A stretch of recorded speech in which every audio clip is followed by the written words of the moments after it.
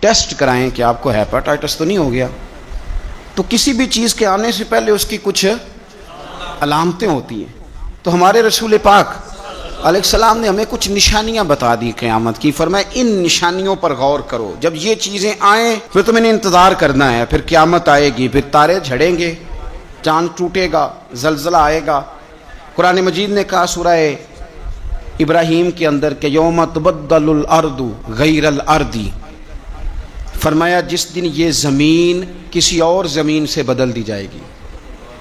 یہ جو تمہارے پاس زمین ہے یہ زمین نہیں رہے گی. والسماوات, اور آسمان بھی بدل دیے جائیں گے. اس کو آسان نہ سمجھیں. آپ زمین پہ پیر رکھیں اور آپ کو شیشہ ہی لگا ہو, اگر آپ کو اندازہ ہو نا کہ یہ پانی ہے تو آپ کا پیر جمتا نہیں, آپ گھبرا جاتے ہیں.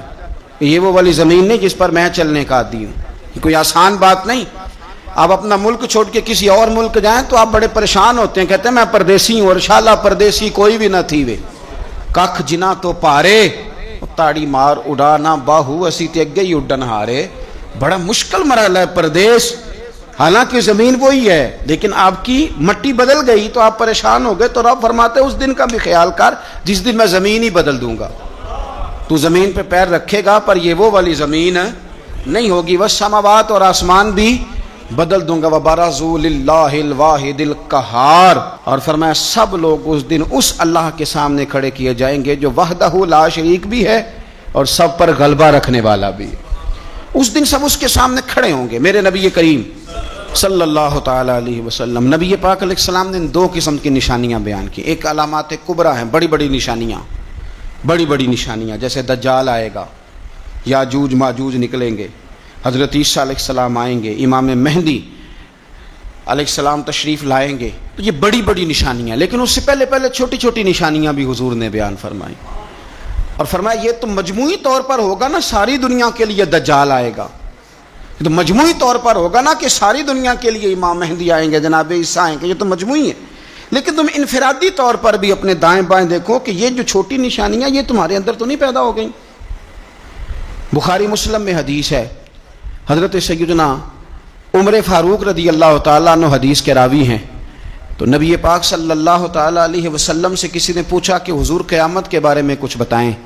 تو نبی پاک صلی اللہ علیہ وسلم نے فرمایا جب لونڈی اپنے مالک کو جنے, جب ماں اپنا آقا پیدا کرے تو سمجھ لو قیامت آنے والی ہے. پھر قریب آ گئی ہے.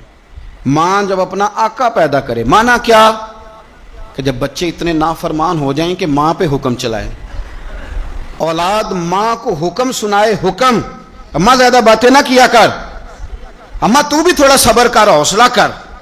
جب بچے ماں باپ کو باتیں سنائیں, حکم چلائیں, چونکہ بیٹا کماتا ہے تو وہ اپنے ابا جی کو کہتا ہے کہ ابا جی اب آپ ٹھہرے, آپ کو نہیں پتا, اب میرے ہاتھ میں سارا کچھ ہے. فرمایا جس دن تم یہ دیکھو کہ لونڈی نے آقا جنا ہے, ماں نے بیٹا نہیں پیدا کیا, اپنا سردار پیدا کر بیٹھی ہے, تو پھر تم اس دن یہ نہ کہنا بے سکونی ہو گئی, بدامنی ہو گئی, بلکہ اس دن سمجھ لینا کہ قیامت آنے لگی.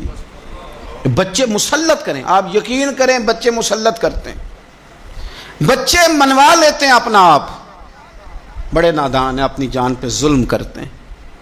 اور میں نوجوانوں کو ایک بات عرض کروں, ماں باپ کی بات ماننے کا نام ان کی خدمت نہیں, ان کو خرچہ دینے کا نام خدمت نہیں, بلکہ بتائے رسول کریم علیہ السلام نے کیا فرمایا. فرمایا رضا اللہ فی رضا الوالد. تو سمجھ جا کہ تیرا والد راضی کس بات میں ہوتا ہے. اگر تو اس بات کو پا گیا, تو اس کی رضا کو اگر پا گیا تو پھر تیرا اللہ بھی راضی ہو گیا. تو یہ غور کر کے والد گرامی راضی کس بات, ان کی رضا, ماں کی رضا کے. یار دو یار بچوں سے چھوڑے جاتے ابے کے کہنے پر, دو دوست نہیں چھوڑے جاتے, والا ابا کہتے ان کے ساتھ نہ بیٹھا کر, کہتے ابا جی یہ تو اچھے بنے. اس کی رضا کو پا جا, اس کی طبیعت کو پرکھ, تو محسوس کر کے یہ راضی کس بات میں ہوتے ہیں. تو ماں باپ کی رضا میں راضی ہو جا, تیرا رب بھی تجھ سے راضی ہو جائے گا. تو حضور نے فرمایا جب تم دیکھو نا, جب تم دیکھو کہ لونڈی نے آقا جنا ہے تو پھر تم قیامت کا انتظار کرو. اور میرے رسول پاک علیہ السلام نے دوسری علامت بیان کی, یہ بخاری مسلم میں بھی ہے, مشکات کتاب الایمان میں بھی ہے. حضور صلی اللہ علیہ وسلم فرمانے لگے جب تم دیکھو کہ ننگے پاؤں, ننگے بدن والے, محتاج لوگ, بکریاں چرانے والے, ننگے بدن والے، ننگے پیروں والے، یعنی جن کے پاس پہننے کو کپڑا نہیں تھا، پہننے کو جوتا نہیں تھا، بکریاں چرا کے گزارا کرتے تھے، وہ جب محلات پر فخر کرنے لگے، جو بڑی بڑی کوٹھیوں میں رہنے لگے، تو پھر سمجھ لو قیامت آ گئی ہے۔ رکشہ چلانے والے کا بیٹا جب وزیر بنے اور اس سے پوچھا جائے کہ کروڑوں روپیہ کہاں سے آیا، تو وہ کہو میرے تو پرائز بانڈ ہی بڑے نکلے ہیں، میں جو بھی خریدتا تھا نکل آتا تھا، جو بھی خریدتا تھا نکل آتا تھا۔ جب کھربوں پتی آدمی سے پوچھا جائے کہ اتنا پیسہ کدھر سے ہے، تو کہ بھینسیں رکھی تھیں، وہ بھینسوں سے پرافٹ ہوا ہے۔ ہم اللہ کے فضل پر معاذ اللہ کسی قسم کا کلام نہیں کرتے، لیکن میرے رسول پاک علیہ السلام نے فرمایا کل تک جس کے پاس جوتا نہیں تھا، پہننے کو کپڑا نہیں تھا، جب وہ محلات پر فخر کرنے لگے اور یہ بتانا اس کے لیے مشکل ہو جائے کہ میری کروڑوں اربوں کی جائیداد کہاں سے آئی، قوم کو لوٹ کر جب لوگ بڑے بڑے محلات پر فخر کریں، تو حضور نے فرمایا پھر یہ نہ سمجھنا ہماری معیشت خراب ہو گئی، یا پھر انتظار کرنا پھر قیامت آئے گی، پھر تم نے قیامت کا انتظار کرنا ہے، قیامت آئے گی۔ حدیث سنیے نبی کریم صلی اللہ تعالی علیہ وسلم، یہ آپ نے علامتیں محسوس کرنی ہے، یہ بخاری مسلم کی حدیث ہے۔ ایک شخص نے نبی پاک صلی اللہ تعالی علیہ وسلم سے پوچھا کہ یا رسول اللہ صلی اللہ علیہ وسلم مجھے قیامت کے بارے میں کچھ بتائیں۔ حضرت ابو ہریرہ رضی اللہ تعالیٰ عنہ فرماتے ہیں کہ حضور پہلے ہی قیامت کے بارے میں گفتگو کر رہے تھے۔ اس نے پوچھا کہ یا رسول اللہ قیامت آخر آئے گی کب؟ اللہ کے حبیب علیہ السلام نے اس کو بھی بتایا، ایک تیسری علامت بیان کی۔ حضور فرمانے لگے جب امانت کو ضائع کیا جائے تو قیامت آ جائے گی۔ اب ذرا وضاحت دیکھیے میرے نبی کریم کی، جب امانت کو ضائع کیا جائے گا تو قیامت آ جائے گی، قیامت آئے گی۔ تو اس نے فوراً عرض کی حضور امانت کب ضائع کی جائے گی، حضور امانت کب ضائع کی جائے گی؟ تو نبی پاک صلی اللہ علیہ وسلم نے فرمایا جب امانت نااہل کے سپرد کر دی جائے، جب کرسی پہ وہ بندہ بٹھا دیا جائے جو اس کا اہل نہیں ہے تو قیامت آئے گی۔ جب کرسی پر نااہل آدمی بیٹھتا ہے، نااہل، تو پھر میرے نبی پاک نے فرمایا پھر قیامت آتی ہے۔ آپ اس کو چھوٹا نہ سمجھیں، ہمیں تو بس اتنا پتہ ہے کہ بندہ میری برادری کا تو میں نے ووٹ دینا ہے، ہمیں تو اتنا پتہ ہے کہ بندہ میری پارٹی کا تو میں نے ووٹ دینا ہے۔ نااہلوں کے سپرد کر دیا سارا کچھ، جنہیں خبر ہی نہیں تھی، اس قابل ہی نہیں تھے۔ حضرت ابو ذر غفاری رضی اللہ تعالیٰ عنہ وہ خوبصورت صحابی ہیں کہ جن کے تقوی کی گواہی حضرت عثمان غنی جیسے لوگ دیا کرتے تھے کہ یہ نیک اور پرہیزگار بندہ ہے۔ اتنے شاندار حضرت ابو ذر غفاری، اتنے بڑے آدمی، انہوں نے عرض کیا یا رسول اللہ صلی اللہ علیہ وسلم فلانے صوبے کا گورنر ٹھیک نہیں، تو آپ اس طرح کریں مجھے گورنر بنا دیں اس صوبے کا۔ تو نبی پاک علیہ السلام نے فرمایا ابو ذر تو نیک آدمی ہے، تو نفیس آدمی ہے، تو اچھا آدمی ہے، تو پرہیزگار ہے، لیکن حضور علیہ السلام فرمانے لگے تو گورنری کے قابل نہیں، یہ ایک بہت بڑی امانت ہے، بہت بڑی ذمہ داری ہے، تو اس ذمہ داری کو اٹھانے کی طاقت نہیں رکھتا، اس قابل تو نہیں ہے۔ محبت اور چیز کا نام ہے، قابلیت یہ بھی ہو سکتا ہے کہ کوئی آدمی کسی چیز سے مخلص ہو لیکن اس کی قابلیت نہ رکھتا ہو، قابل آدمی کو آپ بٹھائیں گے۔ مخلص ہونا اور ہے، قابل ہونا، ایک آدمی آپ سے بڑا پیار کرتا ہے پر وہ ڈاکٹر نہیں، تو دوائی اس سے لیں گے کہ ڈاکٹر سے لیں گے؟ تو آپ کہیں ڈاکٹر تو میرا واقف ہی نہیں، میں نے تو یہ پیار بڑا کرتا ہے دوائی اسی سے لینی ہے۔ بھائی محبت اور چیز ہے، قابلیت ہم نااہلوں کے سپرد مانتے کرتے ہیں، یہ مان جانا چاہیے ہمیں۔ مولا رومی نے ایک بڑی خوبصورت بات لکھی ہے، بڑی خوبصورت، اور فرماتے ہیں کہ بادشاہ نے باز رکھا ہوا تھا، باز بڑا تنگ تھا بادشاہ سے، تو باز جو ہوتا ہے نا اس کے ناخن بڑے ہوتے ہیں، اس کے پر بھی بڑے ہوتے ہیں، اس لیے کہ اس نے پنجوں کے ساتھ اپنا شکار پکڑنا ہوتا ہے، پروں کے ساتھ پکڑنا ہوتا ہے، تو اس کے ناخن بھی بڑے بڑے تھے، پر بھی بڑے بڑے تھے، پر وہ بادشاہ سے تنگ بڑا تھا کہ یہ جو ہے اس نے مجھے قید کیا ہوا ہے۔ ایک دن پنجرا کھلا تھا تو باز اڑ گیا، ایک بوڑھی اماں کے گھر چلا گیا، بوڑھی نے بڑا پیار کیا، پہلے تو تھپکی دی، پھر چوری کھلائی، پھر بڑی محبت کری، باز اس سے بڑا راضی ہوا، اس نے کہا یہ اماں ٹھیک ہے، قید تو نہیں نہ کرتی، چوریاں بھی کھلاتی ہے، پیار بھی بڑا کرتی ہے۔ تو اماں ایک دن کہنے لگی کتنا بیوقوف تھا بادشاہ جس کے پاس تو رہتا تھا، تیرے نہ کبھی ناخن کاٹے نہ تیرے بال کاٹے۔ اس نے اس طرح پکڑا اور پہلے اس کے ناخن اتارے، بڑا چیخا، بڑا چلایا کہ میرا تو کمال ہی میرے ناخنوں میں ہے، انہیں کاٹ ڈالے، پھر اس نے کینچی لی اور اس کے پر کاٹے، کیونکہ دیکھو کتنا برا حال کیا ہوا ہے۔ اب وہ نہ شکار پکڑنے کے قابل رہا، نہ اڑنے کے قابل رہا، حالانکہ اماں نے کیا پیار ہی ہے، لیکن وہ پیار کر سکتی تھی، باز رکھ سکتی، اس کو رکھنے کے لیے کچھ صلاحیتیں، کچھ خوبیاں چاہیے۔ بادشاہ ڈھونڈتے ڈھونڈتے اس کے گھر آگے آ کے دیکھا تو اس کا برا حال ہے، اس کے قریب آیا تو وہ باز رونے لگا، تو کہنے لگا مجھے واپس لے چل، تیری قید ہی مجھے اچھی ہے۔ تو اس نے کہا تو یہاں کیوں پڑا؟ کہنے لگا یہ پیار بڑا کرتی تھی لیکن اسے پیار کرنا آتا ہے پر باز رکھنا نہیں آتا۔ جو باز رکھنے کا انداز ہے وہ اور ہے، پیار کرنے کا رنگ اور ہے۔ ہمارے ہاں لوگ کہتے ہیں بندہ اچھا بڑا ہے، میں کہتا ہوں اچھا ہونا اور بات ہے اور کسی عہدے کے قابل ہونا اور ہے، اور بات ہے۔ تو جب نااہل کے ذمے کام لگائے جاتے ہیں تو پھر کیا ہوتا ہے؟ پھر قیامت آتی ہے نااہلوں کے ذمے۔ 6 نشانیاں حضور نے اور بیان کی بخاری مسلم میں۔ نبی پاک صلی اللہ تعالیٰ علیہ وسلم نے فرمایا جب علم اٹھا لیا جائے گا اور جہالت کی کثرت ہو جائے گی، اور تیسرا فرمایا جب زنا کاری بہت زیادہ ہونے لگے گی، چوتھے نمبر پہ فرمایا جب شراب عام ہو جائے گی، اور 5ویں نمبر پر فرمایا جب مردوں کی تعداد کم ہو جائے اور عورتوں کی زیادہ ہو جائے، اور 6 نمبر پہ فرمایا جب تم دیکھو کہ 50 عورتوں کی سرپرستی کرنے والا ایک مرد ہے، ان کی نگہبانی کرنے والا ایک ہے، ایک مرد ہے 50 عورتیں۔ جب یہ 6 علامتیں آئیں تو سمجھ لو قیامت آنے والی۔ علم اٹھا لیا جائے گا۔ علم کیسے اٹھتا ہے؟ علماء جب چلے جاتے ہیں اور پیچھے نئے علماء تیار نہیں ہوتے تو پھر علم اٹھ جاتا ہے۔ بہت سارے ضلعوں کے ضلع ایسے ہیں جہاں عالم نہیں ملتا، سکہ آدمی نہیں ملتا، ضلعوں کے ضلع۔ ہمیں شوق ہی نہیں کہ ہمارا بچہ عالم بنے، ہمارا مزاج ہی نہیں، اور علم کی بات ہم سنتے بھی نہیں، نہ ان لوگوں کے قریب بیٹھنا، ان سے کچھ لینا ہمارا مزاج ہوتا ہے جو علم کے معاملے میں رسوخ رکھتے ہیں، ہمارا مزاج نہیں۔ علم اٹھتا جا رہا ہے۔ آپ یقین کریں کہ فتویٰ لینے کے لیے سکہ آدمی نہیں ملتا، اور ہم اپنے بچوں کو اس فیلڈ میں لانے کو تیار نہیں۔ میرے حضور نے فرمایا جب زنا بڑھنے لگے، کیسے کہوں کہ عالمی اعداد و شمار کہتے ہیں پاکستان میں زنا تیزی سے سستا ہوتا جا رہا ہے، زنا کرنا آسان ہو رہا ہے، شرابیں فخر کے طور پر پی جاتی ہیں۔ وہ کہتے ہیں جی یہ چودھریوں کی شادی ہے، وڈیروں کی شادی ہے، اس پہ شراب نہ آئے تو شادی کیسے آگے بڑھے گی؟ یاد رکھیں ہمارے صوفیاء کہتے ہیں، بزرگ کہتے ہیں کہ شراب پیشاب سے بھی زیادہ پلید چیز کا نام، اس سے بھی زیادہ پلید ہے یہ۔ تو اپنے تصورات کو سمجھیں۔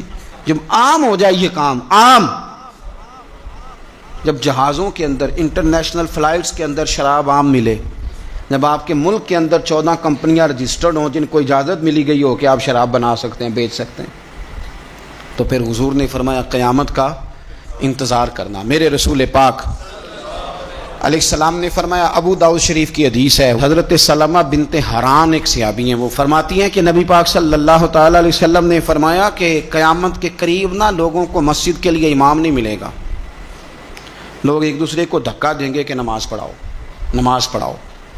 کہاں ملتے ہیں ائمہ مساجد؟ پہلے تو امام کی تنخواہ اتنی زیادہ ہے کہ کوئی امام لگنے کو تیار ہی نہیں، اور اگر خیر سے کہیں کوئی امام لگ جائے تو پھر یہ کہ اگر 25 نمازی ہیں نا تو 25 کی الگ الگ بولی ہے، الگ الگ رویہ، الگ الگ سوچ ہے۔ امام بیچارے نے 25 کے معیار پہ پورا اترنا ہے، 25 کے معیار۔ اگر ایک کے معیار پہ بھی پورا نہیں اترا تو وہ کل بھی فارغ ہے اور آج بھی وہ فارغ ہے، چھٹی ہے اس کی۔ 25 بندوں کے معیار پہ آپ نے پورا اترنا ہے۔ ایک کہتا ہے کہ مولوی صاحب صبح فجر کی نماز ہی تو مزیدار ہوتی ہے، تو قرآن شریف زیادہ پڑھا کریں، دل کر رہا ہے سننے کو، کہیں جانا ہے۔ تو دوسرا کہہ رہا ہے حضرت صاحب ڈیوٹی بھی کرنی ہے، مہربانی فرمایا نماز ذرا چھوٹی پڑھائیں۔ اب اگر اس کی مانے گا تو یہ ناراض ہو جائے گا، اگر اس کی مانے گا تو وہ ناراض ہو جائے گا۔ اور امام صاحب پہ حکم بڑی پابندی سے لوگوں کا چلتا ہے، بڑی، میرے سے آ کے مسئلے پوچھتے ہیں، کہتے ہیں جی وہ ہمارا جو امام ہے نا جی وہ گھٹنے نہیں صحیح لگاتا۔ میں نے کہا جب تک میں دیکھ نہیں لیتا اس کے گھٹنے صحیح لگتے ہیں کہ نہیں، میں نے فتویٰ شتویٰ کوئی نہیں دینا، پہلے دیکھ لو۔ حالت خستہ ہوتی جا رہی، مساجد کے اندر ڈیوٹیاں کرنے والے لوگوں کی تعداد تیزی سے کم، اور میں بڑی معذرت کے ساتھ عرض کروں گا یہ مصلی رسول ہے، یہ مصلی پہ امام کھڑا ہوتا ہے، یہ مصلی ہے۔ اور جب امام یہ دیکھنے لگتا ہے نا کہ مجھے اس کے عوض ملتا کیا ہے، کتنے میں بک سکتا ہے میرا مصلی، تو پھر وہ امامت نہیں کرا سکتا، پھر اس کو چاہیے تھا وہ کاروبار کرتا۔ تیرے لیے اتنی تنخواہ بہت زیادہ ہے کہ تجھے مصطفیٰ کا مصلی نصیب ہو گیا، تیرے لیے یہ چھوٹا اعزاز ہے کہ تو وہاں کھڑا ہے جہاں مدینے والے رسول کھڑے ہوا کرتے تھے، اور تو تلاش کرتا پھرتا ہے کہ کہیں 2000 زیادہ ملے تو ادھر چلا جاؤں۔ تو یہ بھی قباحت ہے جس کی وجہ سے لوگوں کو ائمہ مساجد نصیب نہیں ہوں گے. یہ قیامت کی نشانی میرے رسول پاک صلی اللہ تعالی علیہ وسلم. دیکھیں حضور نے بیان فرمایا, قیامت کی نشانی حضور نے بیان. نبی پاک صلی اللہ تعالی علیہ وآلہ وسلم نے ارشاد فرمایا, حضرت ابو موسیٰ اشعری رضی اللہ تعالیٰ عنہ راوی ہیں, حدیث مشکات میں بھی ہے, ابو داؤد شریف میں بھی ہے. نبی پاک علیہ الصلوۃ والسلام فرمانے لگے, قیامت کے قریب اس طرح اندھیری رات میں کوئی چیز گرتی ہے, ٹکڑے برستے ہیں تو پتہ نہیں نہ چلتا اندھیرے کی وجہ سے, اس طرح فرمایا تمہاری چھتوں پہ فتنے برسیں گے, فتنے. اور حضور فرماتے ہیں ان فتنوں کے زمانے میں بندہ صبح مومن ہوگا, شام کو کافر ہو جائے گا, اور شام کو کافر ہوگا, صبح مومن ہو جائے گا, صبح مومن ہوگا, شام کو کافر ہو جائے گا. اس کی کیفیت بدلے گی. اور حضور علیہ الصلوۃ والسلام فرمانے لگے, اس زمانے میں جو آدمی چل رہا ہوگا نا, اس سے وہ بندہ بہتر ہوگا جو بیٹھا ہوا ہے. اور حضور فرمانے لگے, اس زمانے میں جو آدمی دوڑ رہا ہوگا, اس سے وہ بہتر ہوگا جو آہستہ آہستہ چل رہا. فتنوں کے زمانے میں فتنے چھتوں پر برسیں گے, بندہ صبح مومن ہوگا, شام کو کافر ہوگا, شام کو مومن ہوگا تو صبح کافر ہو جائے. اس تیزی کے ساتھ فتنے برسیں گے کہ ایمان لے جائیں گے. اے اللہ ہماری اولادوں کی حفاظت فرما. اللہ ہم کمزور ہیں, فتنوں کے زمانے میں ہمارے ایمان کو محفوظ کر. اللہ ہمارے حال پہ رحم فرما. جو زیادہ جگہوں پہ جاتا ہے نا, دوڑ کے ادھر چلا گیا, دوڑ کے ادھر چلا گیا, اس کا ایمان زیادہ خطرے میں ہے.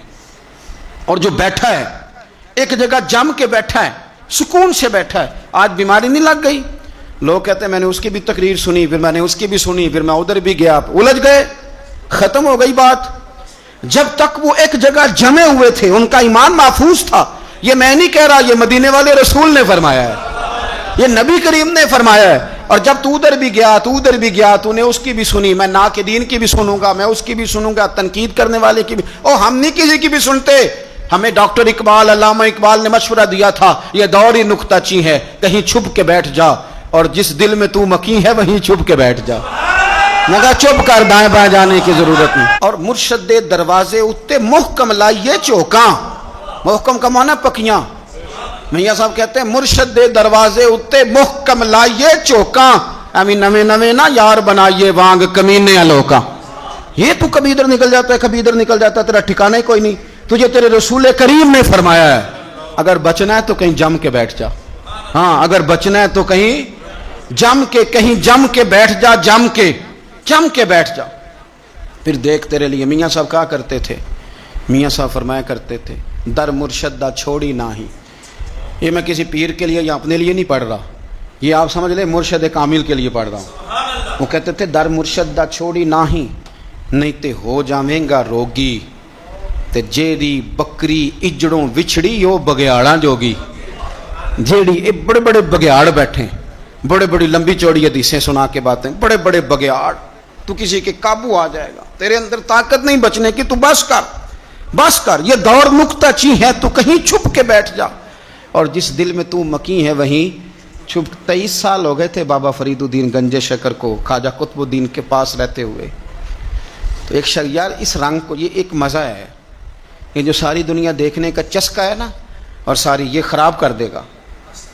23 سال ہو گئے. تو خواجہ قطب الدین صاحب کی خدمت میں کسی نے, کو بندہ آیا دلی میں, تو اس نے آ کے بابا فرید سے پوچھا فلانے محلے جانا ہے. تو آپ فرمانے لگے مجھے نہیں پتا.